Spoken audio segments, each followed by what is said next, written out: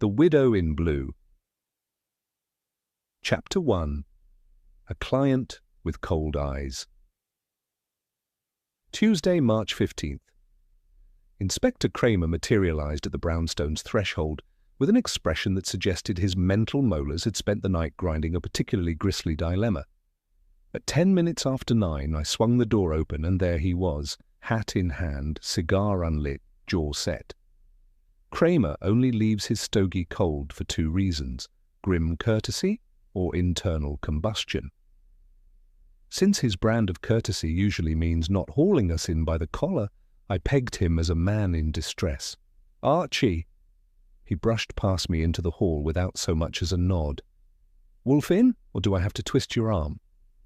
"He's cultivating orchids until 11. You've read the schedule.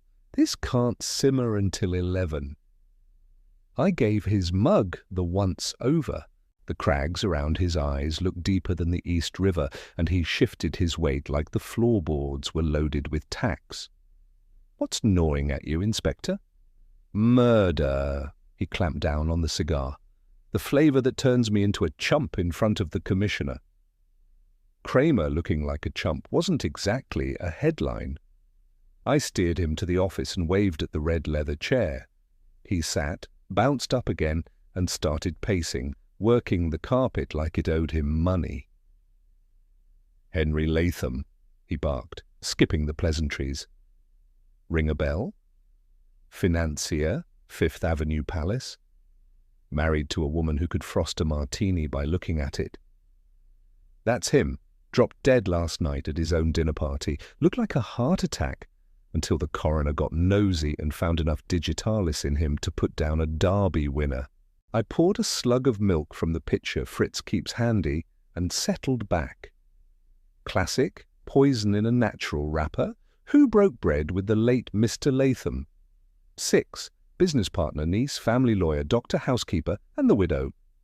Kramer stopped and hit me with a look hot enough to solder pipe. "The widow's the snag." "How's she a snag?" "She knows things, Archie."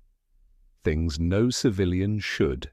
This morning she brings up digitalis before we do, spouts the exact time her husband collapsed, 9:47, even though the dining room clock was dead and nobody else checked their wrist. She's answering questions before we ask them and correcting facts we haven't flubbed yet." I took another draw on the milk and mulled it. Maybe she's just got eyes like radar. Or maybe she's guilty as sin and can't resist showing off. But here's the kicker. She's already rung this office. Called an hour ago, got Fritz. Wants to retain Wolfe to clear her name. What's the ante? 10 grand? I let out a low whistle. 10 grand was enough to keep Wolfe in beer and orchid mulch for a season. She's either as pure as snow or deeper in it than a plough. That's what I want Wolfe to nail down, because right now she's got me and the boys knotted like pretzels. The elevator groaned and let us know it was 11 sharp. Wolfe entered, cradling a purple orchid in a 4-inch pot like royalty with a scepter. He set it on his desk, settled his bulk in the custom chair, and scanned Kramer and me with those dark, heavy-lidded eyes. "Inspector, you radiate agitation." "I've got a murder that's making me look green, and a suspect who's either the most obliging witness in New York or the most brazen killer. Henry Latham, poisoned at his own table with digitalis. The widow wants you on her payroll." Wolfe's brows climbed a millimeter. "Indeed." "This arrangement offends you?" "I object to being played for a sap. This Margaret Latham, she's playing chess while we're playing checkers. Every question, she's already at the answer." "Perhaps she is merely precocious, Inspector."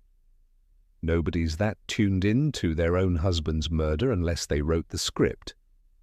Wolfe reached for his opener, uncapped a bottle of beer, poured with the precision of a chemist, and regarded Kramer with something that might have been mistaken for sympathy. "Mrs. Latham's age, Inspector?" 52, 15 years married to Latham." No kids, niece is the only kin, social circuit, regular, charity work, reputation, quieter than a mausoleum. She called of her own volition? Heard you're the best. Wants her name spotless before the papers start their mudslinging. Wolfe eyed the orchid, then me.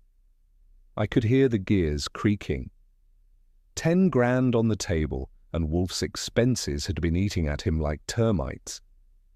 His book dealer had just waved a first edition of Montaigne under his nose, and he wanted it. When does the widow wish to present herself? 11:30. She figures you'll want the lay of the land before you sign on.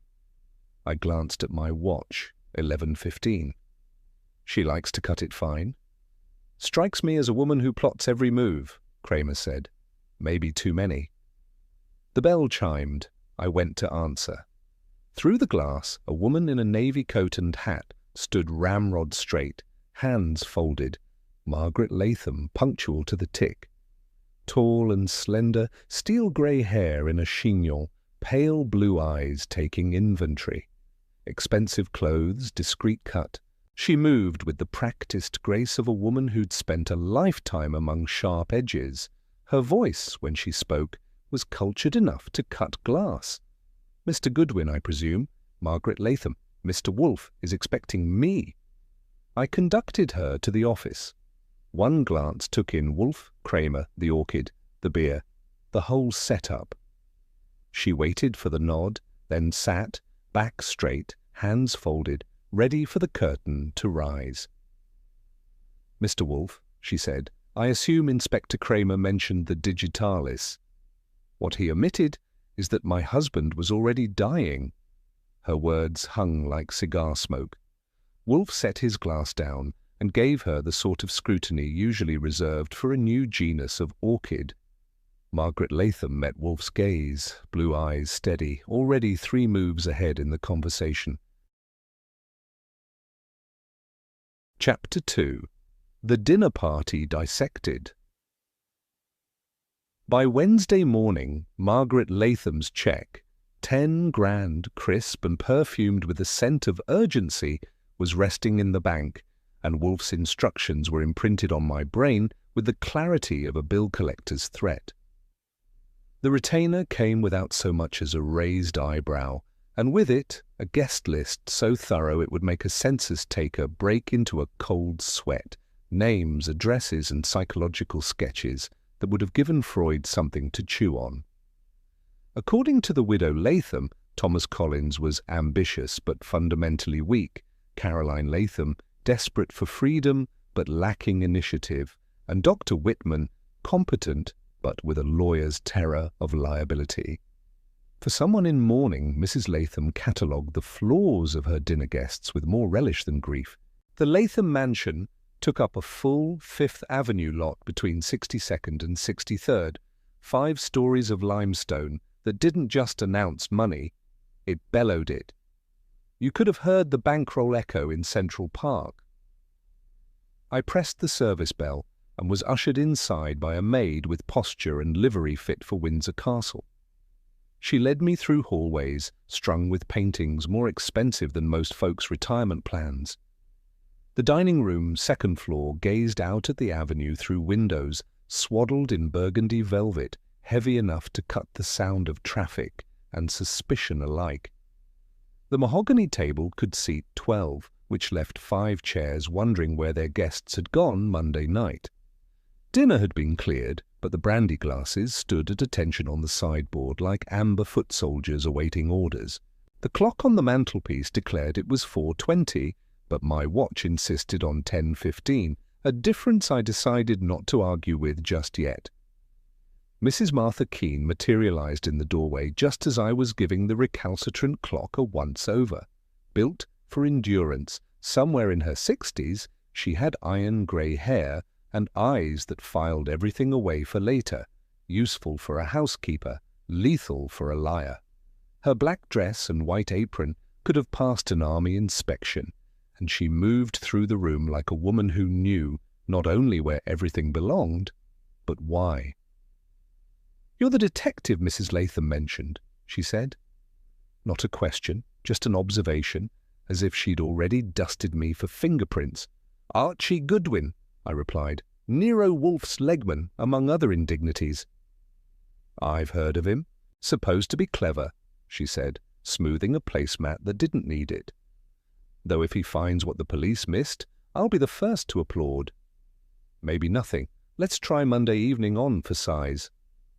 She folded her hands, marshalling her facts like a general on parade, and began a recital you could tell had already made the rounds with the gendarmes. Dinner at 7:30 sharp. Guests: Mr. Collins, the business partner, Miss Caroline, the niece, Mr. Briggs, family attorney, Dr. Whitman, and the housekeeper herself.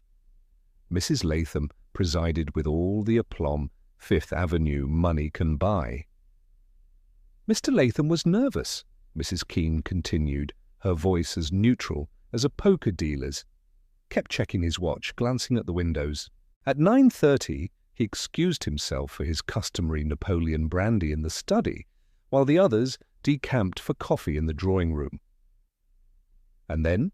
I prompted, like a man shaking the last olive from a jar. Mrs. Latham went to fetch him for coffee 15 minutes later, came back white as a funeral lily and said he'd collapsed. Dr. Whitman did his best heroics, but the curtain had already dropped. I drifted to the sideboard and gave the brandy glasses the once-over. 6 in a row, each with a smudge of cognac clinging to the bottom like a secret. Which one belonged to Mr. Latham? "The one on the end." Mrs. Latham took it to the kitchen herself after the excitement. Said she couldn't stand the sight of it. "She handled the glass herself?" I inquired, making a mental note with a red underline. Mrs. Keene nodded. Picked it up with her own hands. Hauled it straight to the kitchen. Odd, maybe, but grief's a great excuse for oddities. I made a note. The fingerprints would be easier to explain than the check. Had Mr. Latham been ill recently? His heart, you know. Dr. Whitman had his hands full for months. But Mr. Latham was stubborn, took his pills the way some people take bad news. Not at all.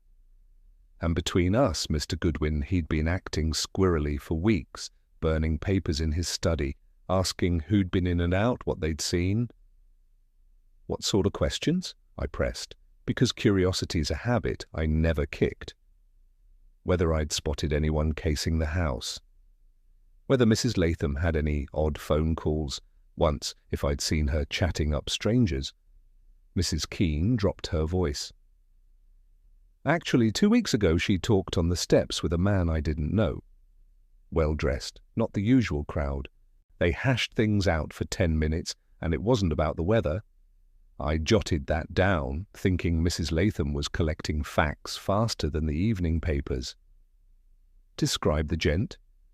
Average height, brown hair, wore an overcoat that didn't come off the rack. Moved like a man who asks questions and expects answers. When I told Mr. Latham, he got all riled up, wanted every detail I could remember. "Catch any of the conversation?" I asked, hoping for a free sample. They kept it low, but I snagged a few words dusting the windows. Findings, evidence, timeline. Business, if you ask me. The pieces were on the table, but the picture was still face down. Nervous husband, wife with mysterious visitors, a dinner party with brandy and poison for dessert. All the trimmings of a classic murder, with Mrs. Latham's encyclopedic knowledge as the wild card.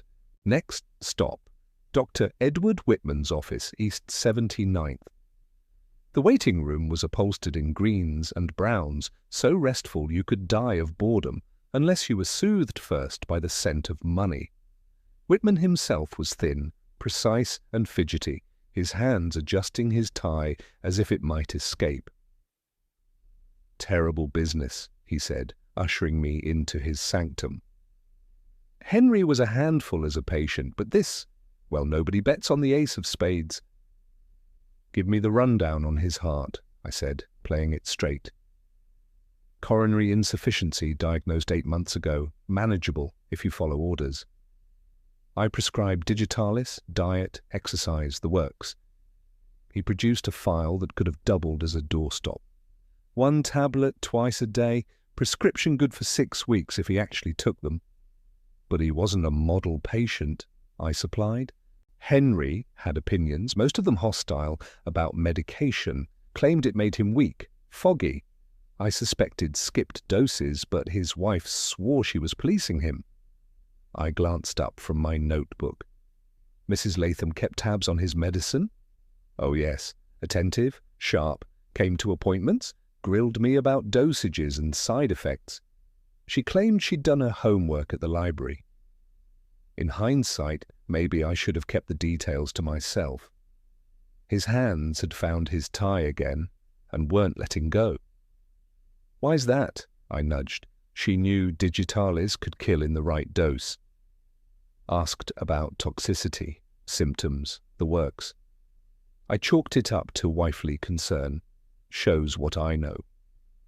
The pieces clicked almost loudly enough to startle the doctor. Margaret Latham hadn't guessed about the poison. She'd turned research into an art form, using Dr. Whitman for footnotes. I thanked him and left, my brain churning like Wolfe's beer stein in a heat wave. Last stop, Caroline Latham at the Barbizon. Striking kid, her uncle's jaw, her own brand of brittle class.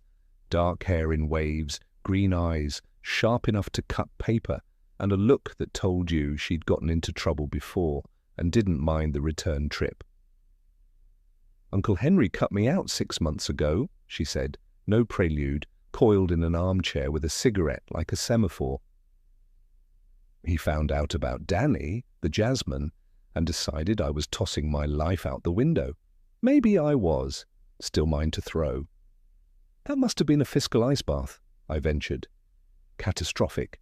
I was banking on that inheritance for a head start. She exhaled, smoke curling like punctuation. But murder's not my style. I faint at the sight of blood. Poison's a tidy business, I pointed out. True, but it takes planning. I'm good at dramatics, not blueprints. She smiled, showing teeth but no warmth. Ask around. I believed her. Caroline was made for scenes, not subtlety. Her uncle's end was a job for an actor, not a dramatist. Still I took notes. With Wolfe, you check every box, even when the box is empty. On the walk back to the brownstone, Manhattan settling into its twilight suit, I sorted through the day's haul. Margaret Latham had run her own inquiry weeks before the fatal brandy. Mysterious visitors, questions about poison, a research habit that would put Wolfe's orchids to shame. She was either the most meticulous innocent in the city or the kind of killer who enjoyed her homework. Chapter 3. Partners and Lawyers. Thursday morning, I threaded through the financial district, narrow streets twisting under towers that blotted out the sun as efficiently as Nero Wolfe could shut out a draft. Latham and Collins had holed up on the 15th floor of a stone jug designed to frighten competitors and assure clients their money was being handled by men who liked their ledgers fat and their windows clean. It was the sort of place where fortunes evaporated before the ink dried, and partnerships could vanish faster than Wolfe's patience with a mediocre shad row. Thomas Collins ushered me into a conference room so drenched in dark oak and leather you half expected to find a decanter of cognac and a revolver in the top drawer. Collins himself was built for manoeuvring, compact and wiry, hair going silver at the edges and fingers in perpetual motion on the table like a court stenographer with a gambling habit. His suit had cost a bundle, but the seams at the shoulders had surrendered to the load he'd been hauling, whatever it was. Henry's death is a tragedy, he said, adjusting his tie for the 3rd time since I'd sat down, which was either nerves or a compulsive need for symmetry. But to be candid, Mr. Goodwin, it might just be the only thing that saves this firm. I opened my notebook, gave him my best I'm listening face, and waited. We were in trouble, the kind you can't fix. with an apology note and a bottle of rye. Henry made some, let's call them regrettable investments, and he didn't ask permission. Clients' funds at risk. Collins stood, made for the window, and gazed down as if the answers were scurrying on the pavement. I'd been after him to hand me the reins before the regulatory hounds sniffed us out. How deep in the soup were you? Let's just say orange jumpsuits were a possibility. Henry dipped into client accounts like a kid in a candy store, convinced he'd restock before anyone noticed a missing licorice. The partnership agreement gives the last man standing full control. Henry's death hands me the mop. It was a motive that would make Wolfe lift an eyebrow. Taking the wheel of a sinking ship isn't my idea of a jackpot. It's not profit, Mr. Goodwin. It's survival. If Henry had hung around and the authorities turned over the rocks, we'd both have been flattened. Now I can shuffle the accounts, pay off the worst, and maybe keep our names on the door. When did you stumble into the quicksand? Collins dropped back into his chair and the finger-tapping resumed, Morse code for anxiety. 6 weeks back. Big client wanted an audit, and the numbers did a vanishing act. Henry confessed, begged me to keep the lid on until he patched the hole. How was he going to pull the rabbit out of the hat? He wouldn't say, kept claiming he had secret resources and everything would be settled in a month. Collins gave a short laugh that could have cut glass. His idea of a solution was dying and tossing me the baggage. I jotted a note and considered Henry Latham's late-game nerves. A man staring down the barrel of criminal charges tends to see shadows, even in his breakfast cereal. Did Henry look like he was expecting a bogeyman? Terrified, he kept seeing eyes in the wallpaper, footsteps behind him, the whole works. I thought it was guilt and nerves, but there might have been more to it. Collins leaned in, lowering his voice. Off the record, I think Henry was getting ready to vanish, selling off, closing out, turning everything into folding money. Textbook vanish act. The picture was coming into focus like a photograph in Wolfe's darkroom, clearer but with more shadows. Henry Latham hadn't just been a man with a bad ticker. He was a desperate operator lining up his exit. Desperation makes people inventive, or it hands someone else an engraved invitation to tidy up the mess with a permanent solution. My next appointment was with Jonathan Briggs, the family attorney whose offices occupied a more modest space in a building that emphasized respectability over ostentation. Briggs was a tall, thin man with silver hair and the careful manner of someone who had spent decades keeping other people's secrets. His desk was organized with military precision, and every paper was filed in its proper place. I handled all of Henry's legal affairs for 12 years, he said, settling into his chair with deliberate care. Estate planning, business contracts, personal matters. He trusted me completely. Tell me about recent changes to his will. Briggs hesitated, glancing toward the door as if someone might be listening. Attorney-client privilege normally prevents me from discussing such matters, but given the circumstances... He opened a locked drawer and withdrew a thick legal document. 3 weeks ago, Henry instructed me to prepare a new will. Very different from his previous testament. How different? The original will left everything to Margaret, with a modest bequest to Caroline. The new version left the bulk of his estate to Caroline with only a small annuity for Margaret, barely enough to maintain a modest apartment. Briggs adjusted his glasses. But there's more. Henry also instructed me to prepare divorce papers. I looked up from my notebook. He was planning to leave his wife. More than that. He wanted the divorce to include allegations of mental instability and potential criminal behavior on Margaret's part. He claimed she had become dangerous and unpredictable, and that he feared for his safety. Briggs closed the document carefully. I advised him that such allegations would require substantial evidence, but he insisted I prepare the papers anyway. When were these documents supposed to be executed? Henry planned to sign everything the week after the dinner party. He said he needed a few more days to arrange matters so that Margaret couldn't contest the proceedings. Briggs removed his glasses and cleaned them methodically.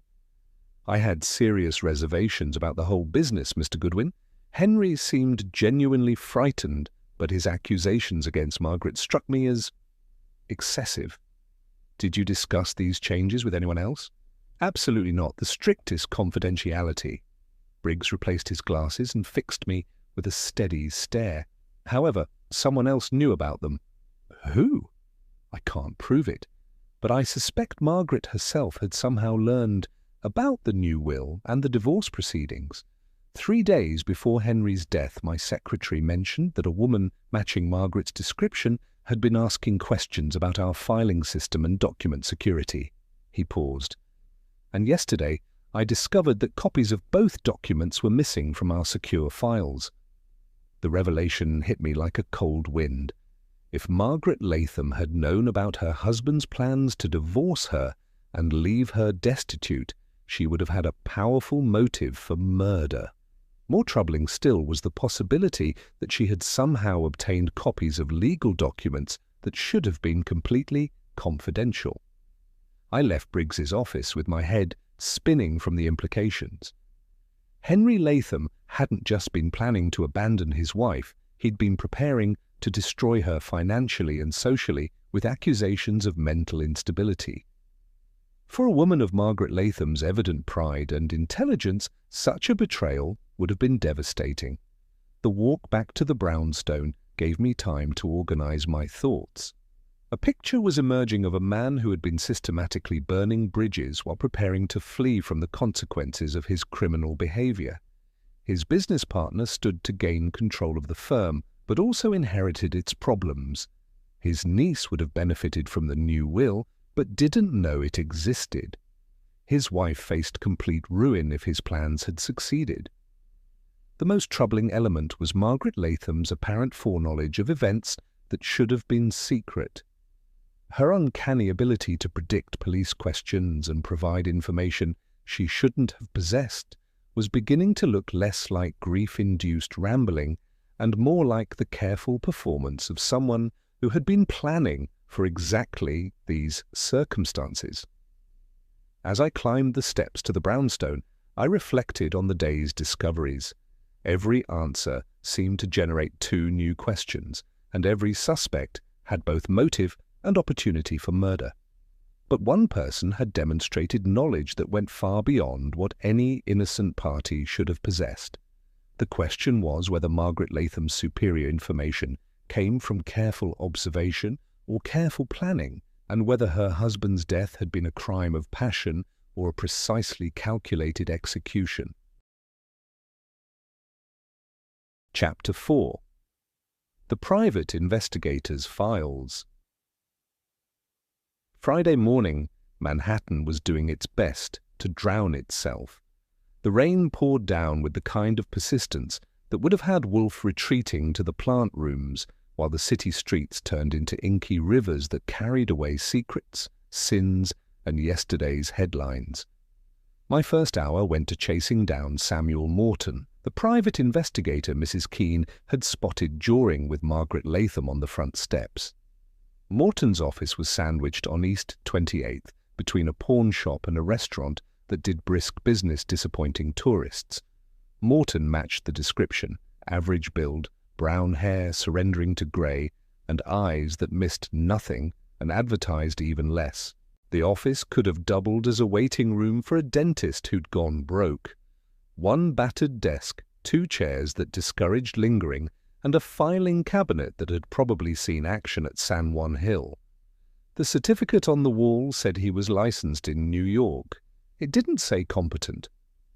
"I don't discuss my clients," he announced, sorting through photographs with the same care Wolfe gave his orchids, except Morton looked like he'd actually get his hands dirty. "Your client's past the point of caring." "That's beside the point. Confidentiality's not seasonal." I slid my license across the desk. Wolfe's on the job for the widow. She'd like her late husband's murder explained, preferably before the next rainstorm washes away the evidence. Morton paused, weighing the odds like a bookie. He locked away the photos, leaned back, and said, "Mrs. Latham hired me 6 weeks ago. Matrimonial work. She suspected her husband was playing leapfrog with Fidelity. Did her hunch pay off?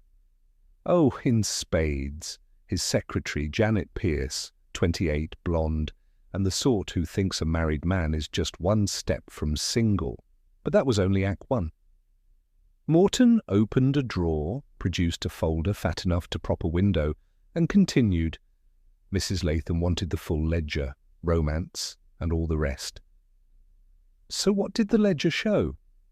Morton fanned out the contents like a man with a royal flush. Photos, receipts, financials, the works. Henry Latham was setting up his vanishing act. He'd been cashing out for months, turning assets into money you could hide in a mattress or lose at sea, bank accounts under names not his, travel papers that would get him out of the country and keep him out. I gave the photographs a once-over. Henry Latham in and out of banks, meeting with men even Wolfe hadn't memorized, lugging briefcases that looked like they held more than sandwiches. He planned to cut and run from everyone.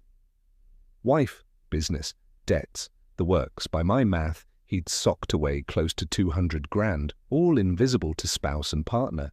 He had a meet set up with a Boston specialist in new names and clean slates, this Monday.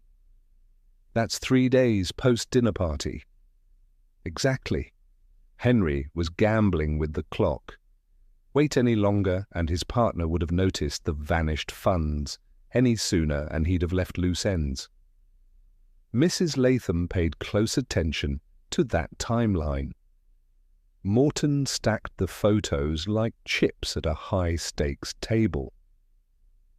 When do you hand over the final chapter? Monday afternoon, 4 hours before showtime. She read every page, grilled me on contacts and methods, and slipped me a bonus hefty enough to hush up an opera company. She had a particular itch about one piece of the puzzle. Morton locked the folder away like it might bite. What had her chewing her nails? Turns out Henry had his own gumshoe digging for dirt on her. Looked like he wanted ammunition for a sweet divorce deal, or something he could wave if she tried to block his disappearing act. That hit like a sock to the jaw. Margaret Latham had found out her husband wasn't just cheating her out of money and marriage, but was prepping to burn her good name on the way out. You get a name for his hired ferret? Richardson operates near the financial district. He's in the background check racket for divorces. Nasty sort. Plants evidence when the real stuff's scarce. Morton's face got as hard as Wolfe's stare after a cold souffle. I made notes and let my mind take a lap around the block. If Henry had been setting his wife up for a frame while he skated away with the loot and the blonde, Margaret's motive for murder wasn't just clear. It was practically a requirement. Next stop, Janet Pierce, the secretary who'd bought Henry Latham's one-way ticket to happily ever after. Her Upper West Side apartment was as modest as her hopes. She opened the door looking like she'd lost a fight with an onion, hair limp, eyes red-rimmed, and optimism somewhere under the couch.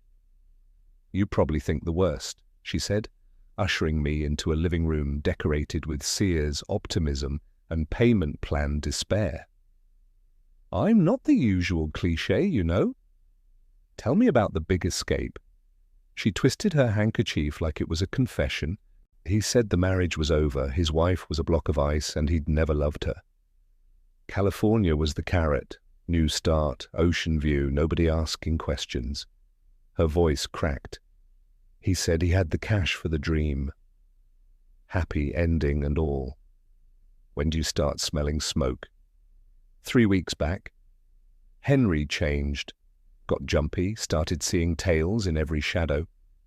Made me change my number, told me to keep quiet. Then he started grilling me about Mrs. Latham, if I'd ever met her, what I knew, if I thought she was on to us. She looked at me, eyes sharp for the first time. What did you feed him?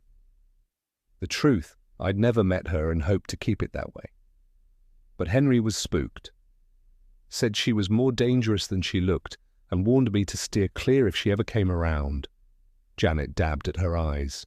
Last time I saw him, Friday before he died.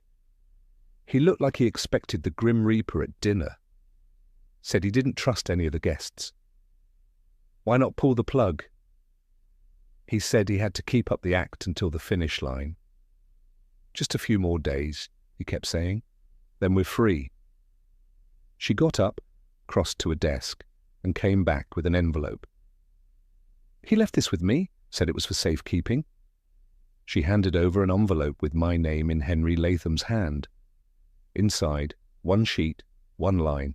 If anything happens to me, check with Richardson about Margaret's activities. She knows more than she's saying. Dated the day before the dinner party. Henry had seen trouble coming, and whatever his pet investigator dug up on Margaret was heavy enough for a posthumous shout. I slogged through the rain back toward the brownstone, piecing it together. Margaret had Morton turn over every stone on Henry. Henry had Richardson digging for skeletons in Margaret's closet. The mutual snooping had wrapped up just before the murder. Equal parts knowledge and threat, no surplus of trust. Timing was the itch. If Margaret knew Henry's plan 6 weeks ago, why wait for the dinner party? And if Henry had the goods on her, why not pull the trigger sooner? Whatever Richardson found and whatever Margaret was still sitting on was the missing piece. Climbing the brownstone steps, I figured Henry and Margaret had been stockpiling ammo for a war where only one would be left standing. They'd both underestimated the other. The remaining question, did Margaret win by brains, by luck, or just by murder? And was her show of grief real, or just another layer of misdirection? Chapter 5. Wolfe stirs the pot. I made it back to the brownstone at 4:30 Friday afternoon. Wolfe was in his office, entrenched in his chair behind the desk like the Rockies had sprouted mahogany roots. 3 empty beer bottles stood at attention on his right, and he was buried in what looked to be a first edition of some botanical treatise. The purple orchid from breakfast now had a yellow companion, which must have been recruited while I was out chasing suspects. "Report," he said, eyes still glued to the page. I gave him the whole parade, Morton's digging, Janet Pierce's river of tears, Henry Latham's cryptic note, and whatever Richardson had unearthed about Margaret. Wolfe kept his eyes on the print, grunted once or twice, and raised an eyebrow when appropriate. When I rapped, he shut the book like it was a rare shell and reached for fresh beer. "Mrs. Latham's knowledge extends well past Mr. Morton's report," Wolfe observed, sampling the beer. "Digitalis details, timing to the second, anticipation of police inquiries. She's drawing from a deeper well than Morton dug. Richardson's handiwork? Possibly, or something closer to the bone." Wolfe leaned back, the chair protesting under the load. "Archie, ring Mrs. Latham and schedule a gathering here for tomorrow at 8. All dinner guests. Tell her it's to clarify timeline discrepancies." "What discrepancies am I peddling? If I need to, I'll invent a few. The object is observation, not enlightenment." He picked up the yellow orchid, inspecting it like a fence, eyeing a diamond brooch. "Tell Saul to raid the coroner's office for details on the digitalis, and Fred to park himself across from the Latham place and keep a visitor's log." "You think Margaret's got another ace up her sleeve?" "I think Mrs. Latham is staging a performance worthy of Broadway, but the script is unclear. Is it guilt she's hiding, or just ducking consequences?" Wolfe set the orchid back with surgical precision. "The stopped clock is a burr under my saddle. Why's the clock giving you hives?" "Consider it, Archie. If the clock ran, knowing the time would be no feat. But a dead clock? That's a puzzle. How did Mrs. Latham peg the moment her husband collapsed, with no one else checking their wristwatches. I chewed that over while Wolfe cracked his book again. Either Margaret Latham had a photographic recall for minutes, or she was watching that clock like it owed her money. Neither option dripped innocence. The phone rang, saving me from a spiral. Saul Panzer calling from the coroner's office with a wrinkle for the case file. The digitalis in Henry Latham's veins didn't match his prescription, Saul reported. Different maker, purer batch. The coroner says the dose was Goldilocks, just right to drop a man with a bum heart, but subtle enough to skate past a routine autopsy. Professional touch? Or a lot of homework? Someone knew the dosage and the clockwork. There's more, Archie. The coroner found digitalis in a brandy glass, but the mix said it was added after, not before, the pour. I jotted a note, running the angles. Someone dosed Henry Latham's glass, not the whole bottle, which took access and a clear read on his routine. The killer worked the room that night, not before. Fred Durkin checked in an hour later. Margaret Latham had played hostess to 3, Collins twice, Briggs once, and a mystery man with a briefcase who clocked nearly 2 hours inside. Fred hadn't seen him before. Collins was steamed both visits, hands flying, voices up, but nothing I could quote. Briggs didn't get past the threshold, 5 minutes of talk. Then he left looking like he'd bitten into a lemon. And the briefcase guy? Middle-aged, sharp suit, nerves showing, kept glancing over his shoulder like he expected a tail. Mrs. Latham ushered him in the back way, not the front. The pattern was clear. Margaret liked her secrets private. Collins's fireworks might be about the firm's money or something with more teeth. Briggs probably had legal papers and no luck. But the briefcase mystery man, that was a new wrinkle in Margaret Latham's tapestry. I was just capping my pen when the phone went off again, Margaret herself confirming tomorrow's circus. "Mr. Wolfe is very thorough," she said, voice as precise as a Swiss clock. "I gather he's found inconsistencies in our Monday narratives." "Something like that. Will you wrangle the dinner crew?" "Already handled. Dr. Whitman was twitchy. He thinks private eyes are bad manners. But I persuaded him that clarity beats gossip. And Mr. Wolfe should know some secrets in that room have nothing to do with Henry's demise. Not all of us want our laundry on display. Wolfe's only after the murder, not the dirt. That's reassuring. Tomorrow at 8, then." When she hung up, it hit me. Margaret was ahead of the game again. She guessed the meeting's angle, and she knew too much about everyone's motives for comfort. Either she was a mind reader, or she'd been playing detective herself. Wolfe surfaced from his orchid lair at 6, looking as smug as a man who'd spent 2 hours with old friends and no interruptions. Fritz announced dinner: broiled lobster, asparagus, and a wine that cost more than most folks' rent. "Mrs. Latham confirmed?" Wolfe asked, lowering himself into his chair like a man accepting a throne. "All set. She's already rounded up the rest. She mentioned secrets, ones that don't touch the murder, like she's got the guest list's laundry sorted by colour." "Indeed. Mrs. Latham has a file on her friends. Tomorrow we'll see if she's just observant or has been moonlighting as a sleuth." Wolfe opened a beer, pouring with the care of a chemist. "Or maybe guilt's her encyclopedia." "Not ruled out," Wolfe said. Fritz signalled dinner, and Wolfe rose with the kind of anticipation he saved for rare orchids and perfect sauces.